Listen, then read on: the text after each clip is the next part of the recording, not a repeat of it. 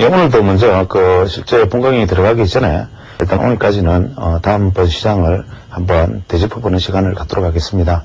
특히 이번 주 지금 제가 녹화하는 시점이 수요일이기 때문에 실제 방영되는 토요일까지는 약 2거래일 정도의 변수가 있기 때문에 지금 제가 미리 시장을 침략해서 이러한 얘기 저러한 얘기들을 하는 것이 바람직하지는 않으나, 이번에는 이제 트리플 비칭 데이 중에서도 조정 장세에서 맞이하는 트리플 비칭 데이이기 때문에 투자자들의 대응이라는 측면에서 같이 한번 생각해 볼 시간을 갖기 위해서 다시 수요일 날 장 시작에 먼저 강의 시작에 먼저 시장 대응에 대해서 한번 생각해 보겠습니다.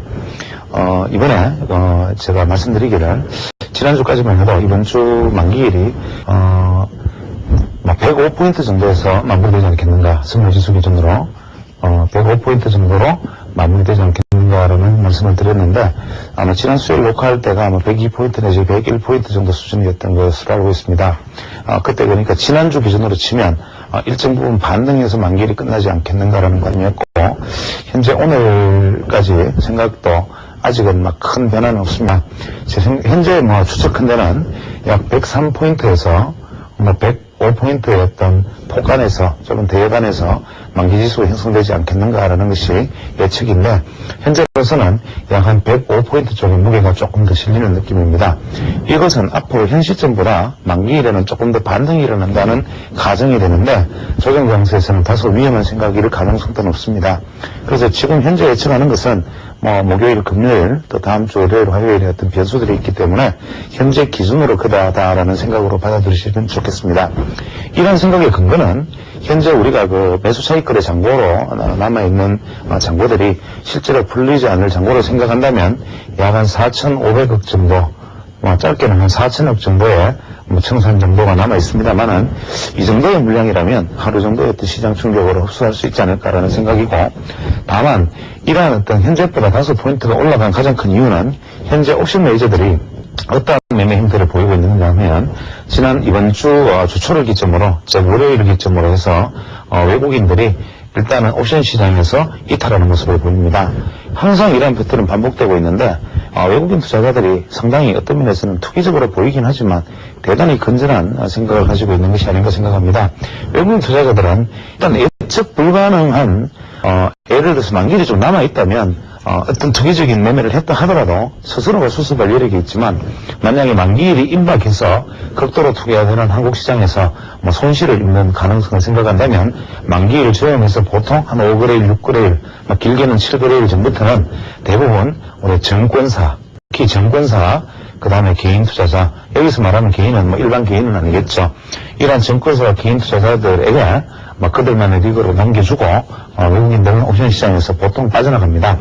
그래서 이러한 지난 월요일 정도에서 외국인들이 일단 콜옵션 매도분을 환매수하고, 즉 청산하고, 풋옵션 매도분도 같이 청산하는 모습을 보여줌으로써 실제로 월요일 외국인들이 옵션에서 매수 포지션을 취하고 있다라는 시장 전망이 나왔지만, 실제로는 매수 포지션이 아니고 기존 가지고 있던 매도 포지션을 청산하고 보유 규모를 줄인 다음 관망하는 패턴으로 외국인들은 돌아섰다.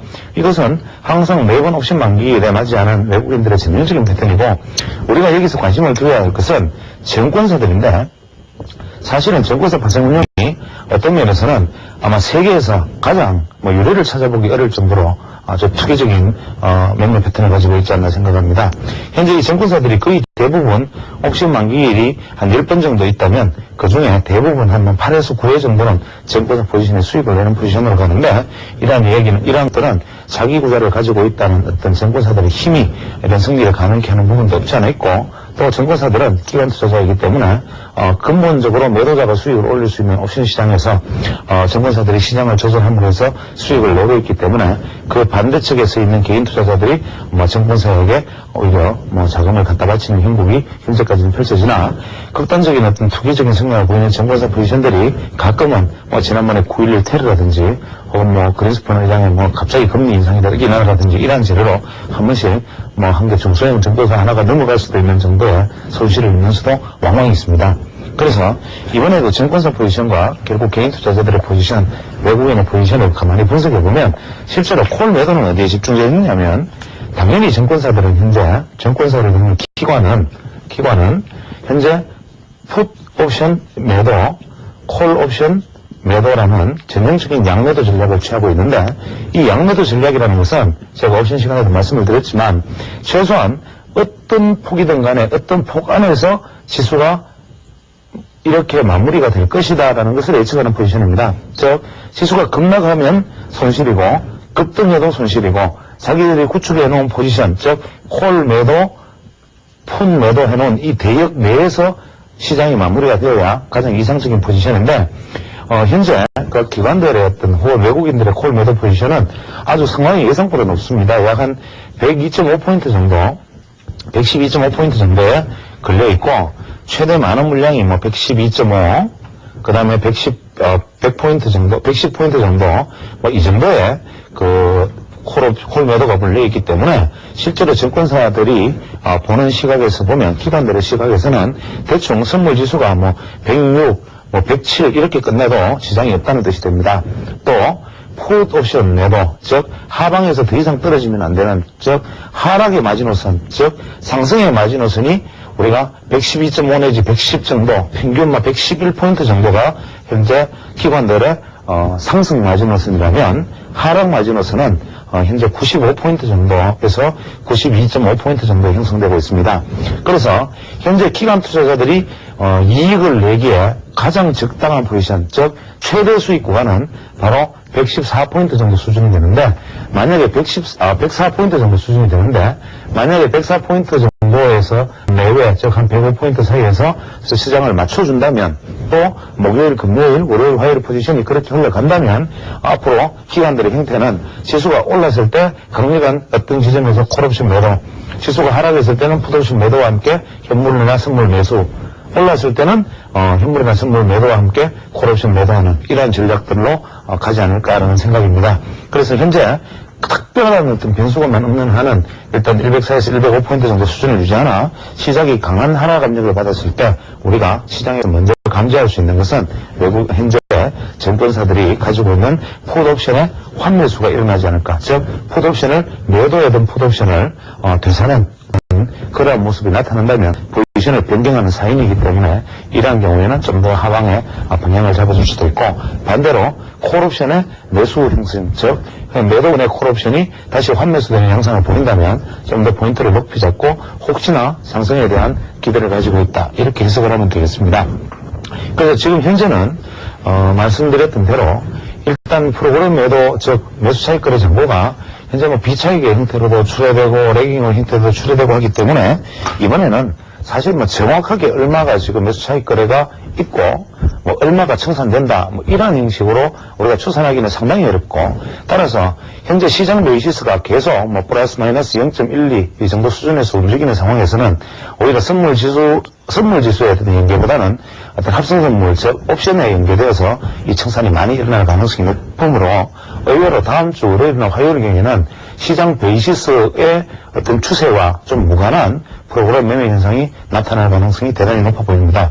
따라서 현재 지금 추측건대는 일단은 남아있는 거래일이 현재 목요일, 금요일, 그 다음에 월요일, 화요일이 있고, 그 다음에 목요일은 이제 현충일 휴장이니까 실제로 남아있는 것은 금요일, 월요일, 화요일, 수요일 당일에서 실거래일이 지금 나흘 남아있는데, 이 나흘 남아있는 실거래일 중에서 가장 가능성이 있는 월요일 정도 수준에서 기관들의 프로그램 매도가 한 차례 온다면 시장이 오히려 이렇게 하락 추세를 보였다가 이렇게 도로 상승하는 모습, 만약에 매도가 나타나지 않는다면 이렇게 갔다가 오히려 이렇게 내려오는 모습으로 시장이 진행되지 않을까라는 생각이고, 본격적인 방향성은 결국 트리플 옵션 데이의 만기 이래 이 당일 지수가 바로 방향을 잡지 않을까 생각합니다. 즉 당일날 수요일날 큰 폭으로 상승을 한다면 이것은 지수가 이후에 추가 상승을 의미하고, 큰 폭으로 하락을 한다면 이것은 우리가 대부분 프로그램 매매의 영향으로 시작이 하락하였다라고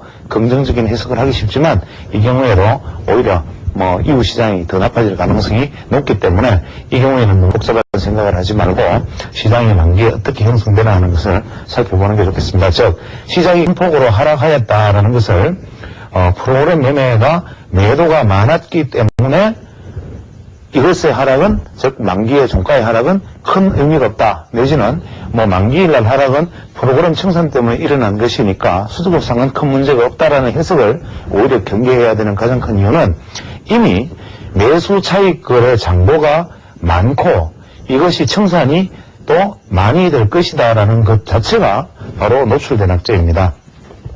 이 노출된 악재, 즉 시장 수급은 현재의 주가가 바로 적정 주가라는 말이 있듯이 이러한 어떤 매물이 많고 청산 물량이 많다는 것을 시장 수급이 알고 있기 때문에 이만큼의 저가 매수 세력이 받쳐줘야 함에도 불구하고 이 노출된 악재에 무너져서 시장이 급락을 한다면 그만큼 매수 대기 세력이 약하다는 의미로 받아들여야 하고 시장이 강세를 보인다면 이러한 점에도 불구하고 매수 세력이 강하게 나타났다라는 해석을 해야지 이것을 뭐 인위적으로 프로그램매가 많았기 때문에 적었기 때문에 이러한 해석을 가하는 것은 무리가 있을 것입니다. 그래서 이번에는 수요일의 시장 방향이 바로 그 다음 어떤 방향으로 이어질 가능성이 높다라는 생각을 한번 해보게 됩니다.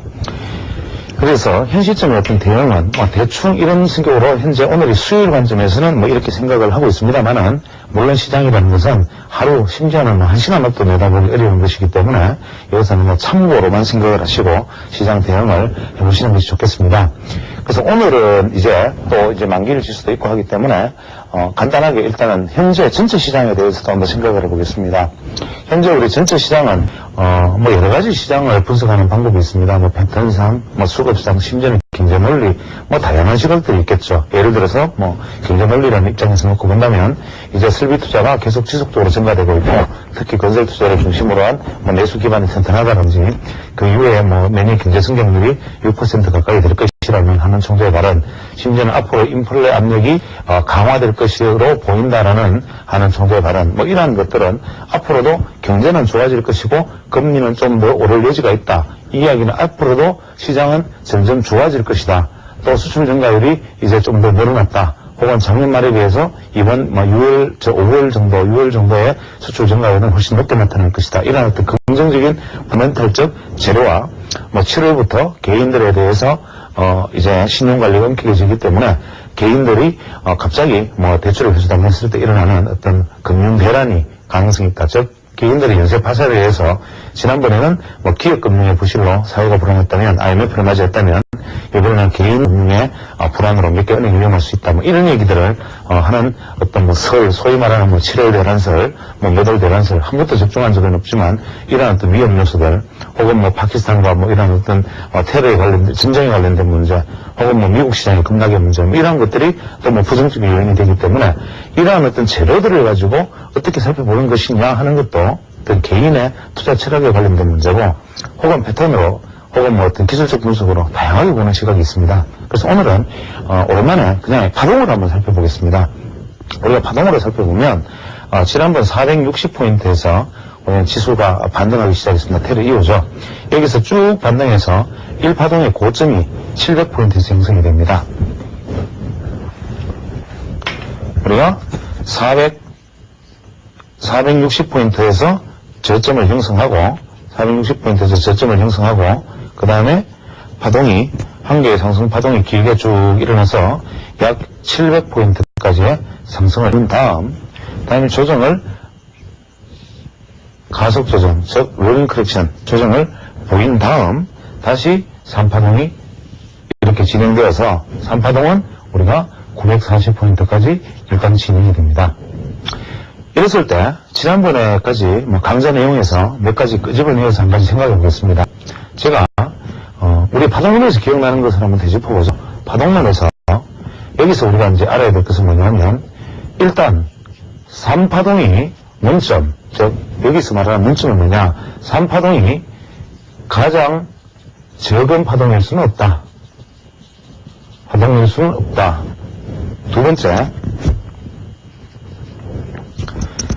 파동 교대의 법칙. 즉 이것은 뭐냐면 조정이 1파동의 조정 이후에 비록 가속 조정, 즉 러닝 커렉션이지만 지그재그의, 즉 플랫의 형태의 조정을 보였다면 다음 조정은 지그재그 형태의 조정을 보여야 한다. 즉 여기서 만약에 지그재그의 조정을 보였다면 여기서는 플랫 조정을 이렇게 보였겠지만 여기에서 우리가 이 파동에서 플랫 조정을 보였기 때문에 4파동은 지그재그 형태의 조정을 보여줘야 한다는 것은 당연히 예고되어 있었던 것이다. 또 우리가 460포인트 시작점에서 우리가 차트를 같이 한번 살펴보시면 좋겠습니다. 시작점에서 1파동이 끝인 700포인트까지의 상승은 이 상승 폭이 우리가 약 240포인트 정도가 해당이 됩니다. 이 폭이. 그 다음에 공교롭게도 3번 파동의 출발점이 되는 700포인트에서 740포인트, 즉 3번 파동의 높이도 상승도 약 240포인트의 상승을 보입니다. 여기서 우리는 1번 파동과 상승 1파동과 러닝 커넥션을 보인, 즉 이 세 번째 선, 즉 A, B, C파가 1파동의 고점에서 형성되는 이 러닝 커넥션이 일어났다 손 치더라도 이것이 2파동의 조정이 되고 여기서 3파동의 상승이 되는데 여기서 1파동 상승과 3파동 상승이 거의 폭이 같다면 우리의 문점은 어떻게 되느냐? 마지막 5파동의 상승은 여기서 어디가 되든 일어나겠지만 최대한 아무리 커도 5파동의 상승은 240포인트를 넘을 수 없다라는 결론에 도달합니다. 물론 파동론의 이야기입니다. 그럼 5파동의 상승은 240포인트를 넘을 수 없다. 왜? 만약에 이것이 240포인트를 만약에 넘어서 버린다면 현재 이 3번 파동이 가장 적은 파동이 될 수 없다와 3번 파동이 가장 긴 파동일 것이다 라는 것에 일단 문제가 생겨버리기 때문에 5파동이 아무리 길다 한들 최대 240포인트 안쪽이라는 것을 생각한다면 우리가 조정폭이 예를 들어서 750포인트다 이렇게 가정을 했을 때는 여기서 고점은 이번 상승파동의 고점은 대충 990포인트가 되고 만약에 이번에 고점이 되었던 790포인트 이 지점이 만약에 저점이었다고 생각한다면 1030포인트가 고점이 된다. 즉 이렇게 본다면 우리 이번 상승파동의 중기 상승파동의 결론 1번 이번 대파동 즉 대세파동 1번에 대세 1파동 즉 이번에 이까지 올라간 것 자체를 큰 대세 1파동이라고 본다면 이 대세 1파동의 목표치는 1000포인트 내외이지 이 대세 1파동의 목표치 자체가 바로 나중에 이번에 조정받고 돌파했을 경우에 1000포인트를 넘어서 이제 사상 최고치로 돌파해 나가는 상황은 벌어지기가 어렵다. 그러면 어떻게 되느냐? 이 대세 1파동이 완전히 끝나는 시점에서 조정이 다시 가속 조정의 형태로 날아간다면 대충 1000포인트를 중심으로 해서 플러스 마이너스 50% 정도 수준에서 또다시 한번 등락을 계속 보이다가 내년 초쯤이나 이런 좀 날 넘어야 이제 1000포인트를 넘어서 본격적인 상승 3파동이 나온다는 시나리오가 되고 이런 어떤 시나리오가 만약에 맞다면 그 상승폭은 나중에 중장기적으로 보면 상당히 클 수 있다라는 생각인데 그렇다면 지금 현재 주가지수가 940포인트에서 약 한 800포인트 내외까지 하락하는 이 140포인트의 하락에 지금 투자자들은 이미 또 반토막이 속출하고 있는데 이 와중에 무슨 나중에 1000포인트를 넘느니 2000포인트가 되느니 이런 말 같지도 않은 소리를 하느냐는 질문들을 당연히 하실 수가 있는데 제가 누누이 말씀을 드리기를 아마 이 지점에서 말씀드린 걸로 알고 있습니다. 누누이 말씀드리기를 아무리 여기서 수익을 내봐야 오르는 것에 단 3분의 1만 하락해도 이 번 것을 다 까먹는 것이 개인 투자자의 투자 습관이다. 이런 말씀을 누차례 드렸던 걸로 기억합니다. 그래서 이때 정도 저음에서 계속 아주 최우량주, 포스코, KTF, 아니면 SK텔레콤, 이런 KT, 이런 종목들만 계속 홀드하십시오. SK, 이런 종목도 하십시오 하는 이유가 바로 이러한 것을 막기 위한 하나의 어떤 과정이었는데, 이러한 부분에서 역시 정석에 대응을 한 투자자와 그렇지 못한 투자자의 결과가 대단한 차이가 있었을 겁니다. 그럼 여기서 왜 이런 대응을 했어야 되는가를 우리가 다시 한번 또 거꾸로 가서 한번 되짚어봅니다. 자, 이번에는 파동론 앞에서 제가 각도론에 대한 강좌를 할 때 이런 말씀을 드렸죠. 상승의 기울기가 급격하면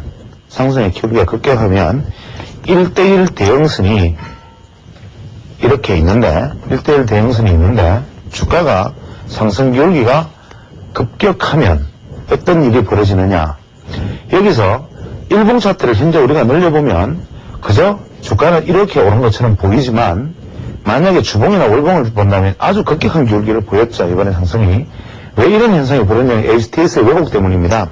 실제로 주가의 기울기는 상당히 가팔랐음에도 시간을 반영하면서 흘러가는 HTS가 각도를 그렇게 멀리 지나버리면 이 각도를 별로 가파르지 않게 보이는 착시 현상인데 실제로 이번에 우리가 대세파동이라는 관점에서 종합주가지수의 기울기는 1대1 대응파동에서 굉장히 가파른 기울기를 보이고 있었는데 지난번에 제가 각도론에서 말씀을 드릴 때 이런 이야기를 드렸습니다. 1대1 대응선 위로 가파르게 상승하는 주가는 이 파동의 조정은 이 1대1 대응선 위에서 조정이 끝나고 여기서 상승을 해서 다음번에는 이 1대1 대응선을 붕괴하는 급격한 붕괴가 일어나는 조정을 맞게 된다. 단 4파동의 급격한 붕괴는 강력한 매수 찬스이기도 하고 다음 고점은 이 1대1 대응선을 넘지 못하는 경우가 많다. 즉 이 고점이 이렇게 해서 더 높아진다 하더라도 1대1 대응선 위로 넘어서지 못하고 조정으로 이어지는 경우가 많다. 이런 말씀을 드렸을 겁니다. 두 번째로 우리가 각도론적 관점에서 볼 때 1대1 대응선이 이렇게 있는데 만약에 주가가 이렇게 그 각도가 낮게 간다면 실제로 이 기울기는 우리가 4파동의 고점은 이 위에서 형성된다. 이런 말씀도 드렸을 겁니다. 그래서 이러한 관점에서 현재 우리의 국면은 이제 이 지점에 와 있는데 여기서 여기가 저점이냐 여기가 저점이냐 여기가 저점이냐라는 자체는 대단히 무의미한 논쟁입니다. 우리는 다만 이것은 지금 단순히 조정일 뿐이다라는 시각이냐 이것이 대세 하락으로 연결되어 버린다는 시각이냐의 관점인데 여기서는 저는 상당히 대단한 무게를 싣고 이러한 어떤 상승 기울기 안에서 이러한 조정을 보인 다음 급격한 조정이 주어져서 이 대응선 아래에서 고점을 형성하고 일단 조정을 국면을 맞이하기 때문에 이러한 시나리오가 되기 때문에 여기서는 어떤 하락의 대응선을 정해준 다음 최소한 보유 내지는 적정 시점에서 이제는 매수를 할 수 있는 기회를 탐색하는 국면이 되어야 한다라는 생각을 상당한 무게를 싣고 생각을 합니다. 그러면 여기서 그러면 당신 말대로 무너졌을 때 매수 찬스라면 여기서 살까 여기서 살까 아니면 오늘 살까 내일 살까라고 질문을 하신다면 어떤 대답을 하느냐. 다시 파동으로 돌아가겠습니다. 우리가 1파동이 상승하고 러닝 커넥션이 나타나고 지난번에 파동에서 강의를 했던 부분이죠. 이렇게 해서 러닝 커넥션이 나타났을 때 1파동의 고점이 700포인트라면 700포인트인데 우리가 파동론에서 절대 불변의 법칙이 뭐였습니까? 불변의 법칙 중에 가장 중요한 것은 바로 4파동의 조정은 1파동의 고점을 조정하지 않는다. 즉 이것이 만약에 상승파동이라면 이번 조정이 절대로 700포인트 이하로 내려가는 일은 없어야 한다는 겁니다. 최악의 경우에. 파동론의 관점에서 무슨 말씀드리는 거죠. 그렇다면 만약에 이번 조정이 어떻게 돼가지고 700포인트를 붕괴시켰다. 앞으로 한 100포인트 이상 떨어져서. 그렇다면 이번에 이렇게 큰 상승은 파동론적 관점에서 보면 아직도 길게 하락하는 과정 속에서 일시적 반등 과정에 지나지 않는다라는 얘기가 되고 이것은 상승파동이 아니기 때문에 계속 이것을 상승파동이라고 주장하는 사람들의 생각을 다 접어야 하는 선이 엘리어트의 파동이라는 관점에서 보면 이 700포인트 즉 이것은 최고의 마지노선이 됩니다.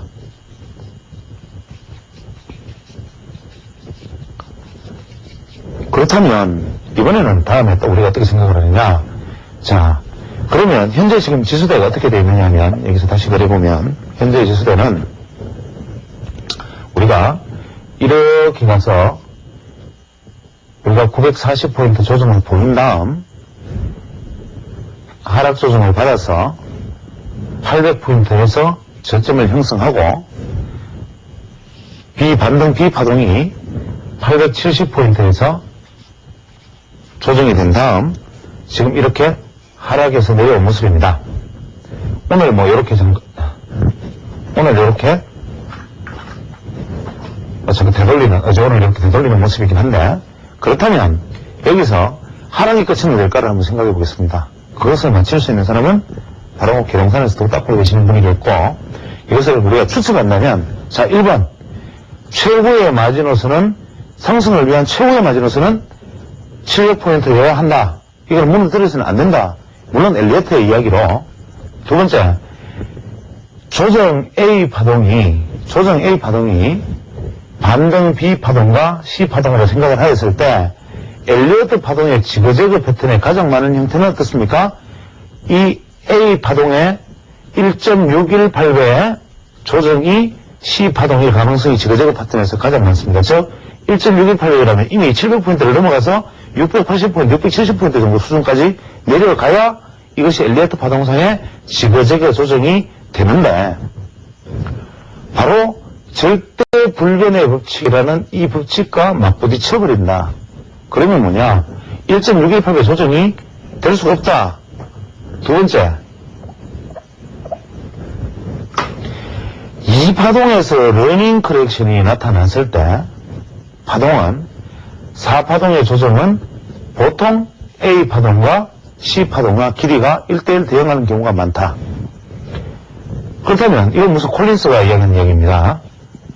그러면 이 콜린스의 주장대로 치면 940에서 800포인트까지 140포인트의 하락을 하였기 때문에 870포인트에서 140포인트의 하락폭은 730포인트가 된다. 그러면 어떻게 됐습니까? 우리가 신뢰할 수 있는 지지선이 또 하나가 더 생겼습니다. 바로 730포인트가 또 강력한 지지선의 역할을 해줄 것이라는 기대를 할 수가 있고, 엘리어트적 파동론의 관점에서는 730포인트 내외까지 조정으로 반등해야 이제 다시 우리가 대세상승 1파동이 마무리되고 이제 대세상승 2파동이 3파동이 출발하는 것이 되는데, 여기 대세파동이 2파동이 되고 3파동이 조정하는 것이 되는데, 문제는 정말 상승장은 이것이 대세 상승이 확실하다면 정말 상승장은 지지선에 도달하지 않는 것이 상승장이고, 하락장은 지지선을 치어나는 것이 지지선이다. 이것은 망고불변의 진리입니다. 그렇다면 우리가 흔히 생각하는 730포인트 혹은 최후의 700포인트 이것을 테스트를 하지 않고 반등을 해줘야만 2위에 이제 장기적으로 보는 대파동이 마지막처럼 5파동이 나타나서 이 대세 1파동이 마무리를 짓게 되는데, 그 목표치는 제가 말씀드렸다시피 약 최대 1000포인트 내외밖에 되지 않는다는 이 전체 한계의 상승파동이 마무리가 되는 것인데, 그러면 우리는 어떻게 생각합니까? 현재 어제 바로 지난 월요일날 기록했던 이 790포인트 이것이 저점이었을 수도 있고, 또 지금 현재 이렇게 목요일까지 수요일까지 되돌렸지만 금요일날 50만 개 이후에 출렁해서 750포인트까지 갈 수도 있지만, 분명한 것은 투자자들은 언제 매매를 하고 언제 대응을 하느냐를 생각해보면 저점 매수를 대응을 해서는 안 될 자리임은 분명하다. 지금은 저점 매수를 내가 언제를 바닥으로 예측하고 저점 분할 매수, 우리가 흔히 말하는 지금 시장은 펀더멘털적으로 대단히 우량하기 때문에 우량주를 저점 매수해야 될 시기이다. 말은 쉬운데 그 저점이 언제냐, 몇 포인트냐라는 것은 사실은 계룡산에서도 맞히기 어려운 것인데, 투자자가, 개인 투자자가 여기서 저점일 것이다, 여기서 저점일 것이다 마구 살 수가 없는 것이니까 우리는 저점을 예단하지 말자. 단 만약에 운이 없어서 한 750포인트, 740포인트 온다면 이때는 한번 사볼 만하다. 왜? 이걸 지켜줘야만 나중에 이것이 갈 것이고, 우리가 시장에 남아있는 이유는 이것이 시장 전체가 오르기를 기대하기 때문에 현물 투자자들이 시장에 남아있는 것인데 이것을 기대치 않는다면 현재 시장에서 남아있지 말고 다 떠나셔야 되니까 현재 내가 시장에 남아있다는 이 자체 이것의 명분과 당위성은 이후의 상승을 기대함이니까 그렇다면 약 최대 740포인트, 750포인트 대에서부터는 최악의 경우에 700포인트까지 범주에서는 매수 구간이다. 이거 이외에는 여기서 되돌리든 760에서 80에 돌리든 이건 내가 살 상황이 아니다. 왜? 저점이 여기 올 수도 있고 여기 올 수도 있고 30에 올 수도 있고 최악의 경우에 701포인트까지도 올 수 있는 것이니까 내가 미리 선제적으로 시장에 선두에 나서서 시장을 내가 테스트하게 될 필요가 없다. 그러면 언제 사느냐?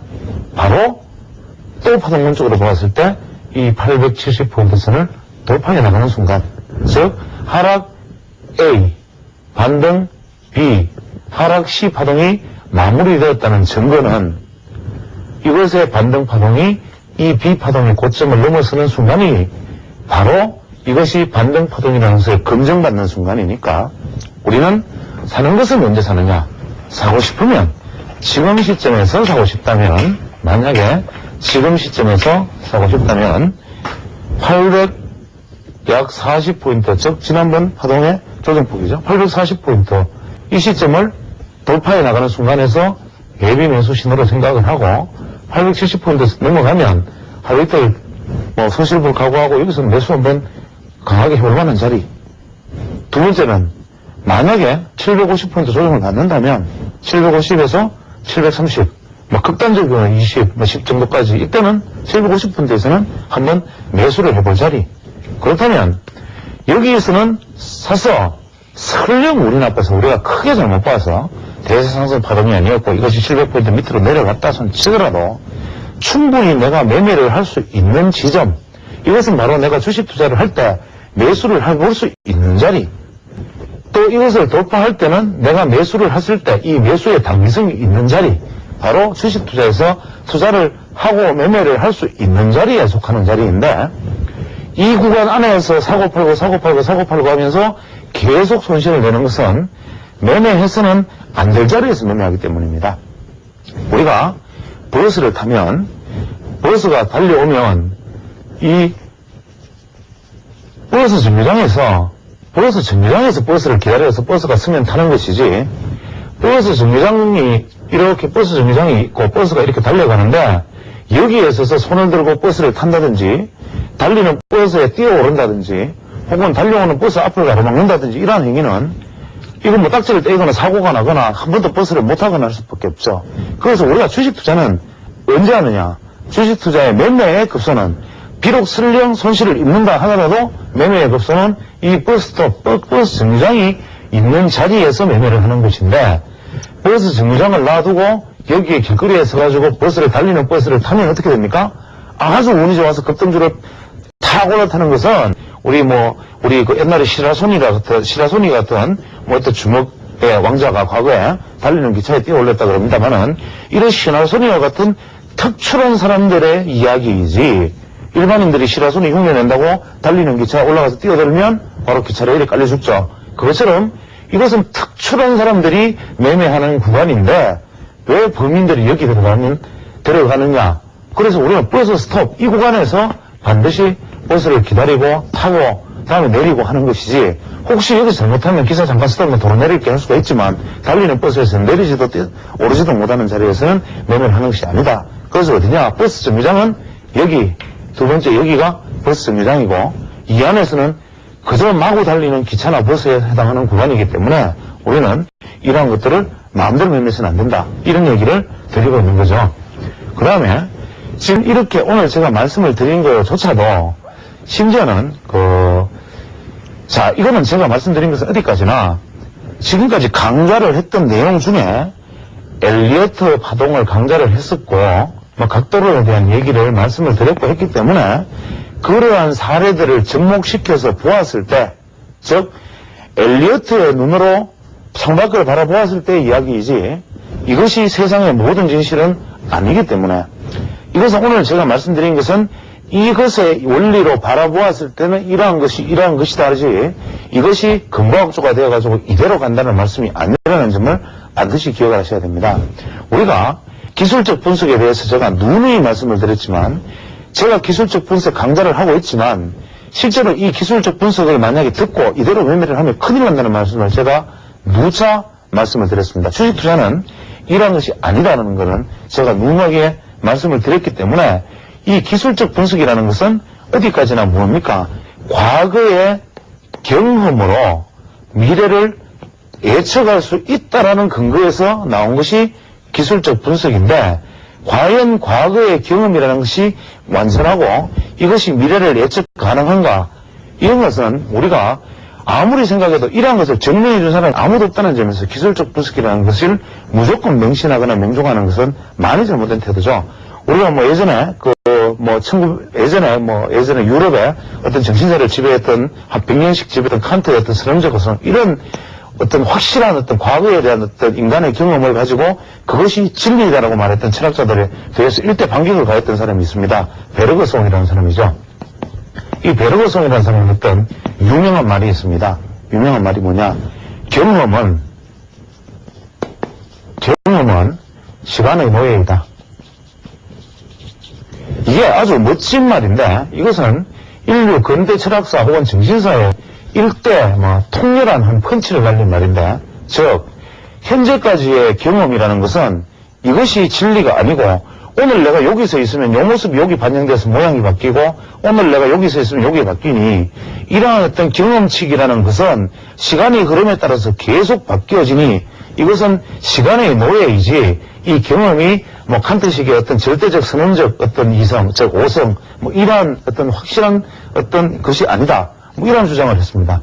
우리가 여기서 웬 주식에서 이런 얘기냐 생각하지만 주식시장에서도 이것보다 더 정확한 말은 없는 것이죠. 즉 기술적 분석이라는 것은 이 과거의 경험을 잣대로 미래를 예측해보는 창에 지나지 않는 것이지 이 기술적 분석이 과거의 미래를 결정론적으로 규정을 지어주는 것은 아닙니다. 그래서 제가 이러한 어떤 말씀을 장황하게 지금 드리는 이유는 이러한 어떤 종합주가 지수에 관련된 예측, 시장 상황에 관련된 어떤 예측, 이러한 얘기들은 특히 이런 방송 매체를 통해서 많은 분들에게 이렇게 얘기를 해버리면 이것에 맞고 그름을 떠나서 제가 의도했던 의도하지 않았던 그것으로 인해서 잘 되는 경우도 생기겠지만 그렇지 못한 경우도 많이 발생할 수 있기 때문에 거기에 대해서 경계로 삼자는 뜻으로 드리는 말씀이기 때문에 제가 말씀드리는 것은 어디까지나 이러한 생각도 있고 이렇게 볼 수도 있고 수많은 창문 중에 이쪽에 동쪽의 창문을 열어서 세상을 보면 언덕이 있고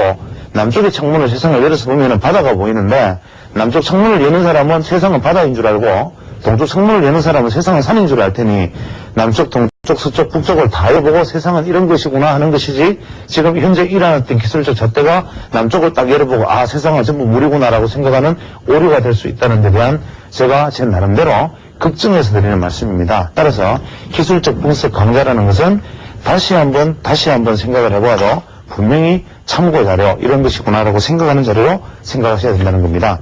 시간이 쓸데없이 지금 너무 많이 지나버린 감이 있는데 불필요한 내용들은 많이 생략하기로 하고 사토 시니치로의 거래량 강의를 다시 이어가 보겠습니다. 이 사토 시니치로라는 분의 거래량 강의 특히 이러한 내용들도 사실은 제가 지금 여기서 말씀을 드리면서도 이미 시청자들이 들으면 설계될 만한 내용을 사실 제가 빼버립니다. 그 이유는 이러한 어떤 사람들 자체가 한때 일본 시장을 풍미했던 빅3에 속하는 사람이지만 이런 사람들 역시 시장에서 마지막에 다 죽어나갔던 사람들입니다. 이 이름을 창안하고 심지어는 이 일목균형표를 창안하냐했듯이 모든 사람들이 자기가 투자법으로 자기가 성공하지 못했는데 우리는 그 사람들의 이론을 가지고 환호하고 따르고 이것이 세상에 정답을 줄 것이라고 생각하는 어리석음을 범하게끔 내용을 그렇게 만들어놨기 때문에 이런 사람들이 이야기는 이런 사람들이 누가 봐도 혹하게끔 쓰여있기 때문에 그러한 내용들을 많이 삭제시켜버립니다. 그래서 우리가 그냥 이 사람은 이러한 이야기가 있구나 하면서 제가 아주 러프하게 두리뭉실하게 말씀드리는 이유가 거기 있는데 어떤 시청자분이 우리 담당 PD한테 사토 시니치로의 책을 보았습니다 이런 얘기를 질문을 많이 하셨다고 합니다. 전화로. 그런데 이분의 책은 현재 우리가 출판된 책은 제가 없는 걸로 알고 있고 과거 1970년대 정도에 뭐 증권사들이 이렇게 타이핑으로 찍어내는 자료 중에 이 사토시 니치로 씨의 이론을 소개한 책이 있었고, 일본에는 원서가 좀 남아 있습니다. 그래서 뭐 굳이 필요하신 분은 일본어 원본을 구입해서 보시면 되고, 아니면 사실은 뭐 보는 것조차도 큰 의미가 없습니다. 시간 관계상 오늘은 뭐 조주에 관한 얘기를 하겠습니다. 이 조주라는 것은 사토시 니치로의 거래량의 개념 중에서 가장 중요한 얘기입니다. 이것은 조주, 즉 이것은 뭐냐? 우리가 보통 그 미국의 기술적 분석가들이 필드웍이라고 이야기하는 어떤 개념이기도 한데, 거래량의 매집 국면, 즉 거래량의 매집과 분산 국면을 설명해주는 이야기입니다. 보통 우리가 거래량이 매집이 될 때 어떻게 매집이 되느냐 하면 약 4에서 6개월간 보통 주가가 횡보를 하게 됩니다. 주가가 횡보를 하게 되고 어느 순간인가 일점 바닥이 발생을 하는데, 급등주, 여기서 말하는 이 급등주, 흔히 투자자들이 좋아하는 말이죠. 급등주의 특징은 일점 바닥에서 일점 바닥이다. 즉 상바닥이 아니고 삼중바닥도 아니고 일점 바닥인데, 이것은 제가 말씀드리는 트랩의 국면과 비슷한 얘기가 되겠습니다. 즉 일점 바닥이 나타나는데, 이 일점 바닥은 마지막 물량 매집을 위해서 나타나야 하는 일종의 필연이다라고 볼 수 있습니다. 그 다음에 일정한 어떤 거래량이 4에서 6개월 동안 쭉 진행되다가, 물론 그 과정에서도 더 매집이 있었겠지만 최소한 하락 지점에서 매집이 이루어졌고, 바닥을 형성한 주가가 최소한 4에서 6개월 정도의 거래량의 횡보, 주가의 횡보를, 거래량도 역시 이렇게 횡보를 쭉 보이는데, 보통 2개월 단위로 거래량 피크가 한 번씩 발생을 합니다. 이 거래량 피크는 이 거래량 피크를 다음 거래량 피크가 넘고, 다음 거래량 피크가 넘고, 다음 거래량 피크가 넘는데, 이때 주가는 절대로 연속해서 크게 오르는 법은 없습니다. 주가는 들썩하고 다시 원위치로 돌아오고, 들썩하고 원위치로 돌아오고, 들썩하고 원위치로 돌아옵니다. 이유는 보통 거래가 매집을 눈치챈 개인 투자자들이 매수를 하면 주가는 당연히 상승을 하지만, 그 물량만큼 반드시 매집된 물량을 시장에 도로 내어놓아서 이 주가를 원위치로 떨어뜨려버리기 때문에 거래량이 증가는 하지만, 그 다음부터 그 두려움에 질린 투자자들이 더 이상 접근을 하지 않습니다. 그 다음번에는 또 접근을 하면 더 많은 거래량은 매도로 위협을 해야 될 것이고, 더 많이 위협을 해야 할 것이니까 거래량 피크는 지속적으로 조금씩 증가되는 경향을 보이는데, 이후에 한 번에 급락이 존재하는데, 이런 것을 우리가 일점 바닥이라고 해서는 부릅니다. 일점 바닥 이후에 주가가 보통 장대 양봉을 그리면서 돌파를 해나가는 경우가 많은데, 이때 거래량은 한 번에 대량 거래가 보통 실리는데, 이후에는 어떻게 되느냐? 이 주가가 원위치로 다시 회복되면서 이 거래량 옆에 이러한 주가의 봉이, 뭐 굳이 표현하자면 이러한 형태가 낮은 눌림목에 주가가 횡보가 연속적으로 이어집니다. 즉, 한번 긴 상승 이후에, 주가는 이 앞에서 거래량 지점을 형성하고, 거래량이 한번 늘었다가 거래량은 다시 지속적으로 바닥을 형성하면서 쭉 횡보를 하는데, 이 주가는 이 낮은 눌림목으로 횡보를 보이다가 급등하게 되는 현상을 우리가 조주라고 부릅니다. 이것은 좀 더 상세하게 얘기하면, 보통 우리가 이 지점에서 전체 거래량의 전체 주식 발행수의 약 70% 정도가 여기에서 물량이 확보가 된다 그러고, 이 트랩에서 반등할 경우에 약 20% 목표치를 확보를 한다 그럽니다. 그럼 나머지는 여기에서 전체 발행 주식 수의 10%만으로 주가가 움직이는데, 이미 이때는 매집이 거의 형성되어 있고, 상승했다가 상승에 대한 실망 매물로 개인 투자자 유입이 별로 일어나지 않기 때문에 여기서 지속적으로 던져지는, 즉 여기서 이만큼 상승한 차익 실현 매물을 계속 받아내는 국면, 이 기간 동안에 약 20%의 매집 이후에 주가가 급등을 하고, 거래량은 여기서부터 대량 거래가 터지기 시작한다는 이론인데, 이러한 것들은 제가 이렇게 말씀을 드리고 난 다음에 나중에 차트로 사례를 만들어서 실차트를, 일단 사례 차트는 나중에 보여드리겠습니다. 오늘 제가 말씀드리고자 했던 것에 또 실제로 거래량 강의를 일부도 마치지 못했지만, 이런 시간들은 나름대로는 필요한 시간이라고 생각해서 시간 조정이 제대로 되지 못한 것 같습니다.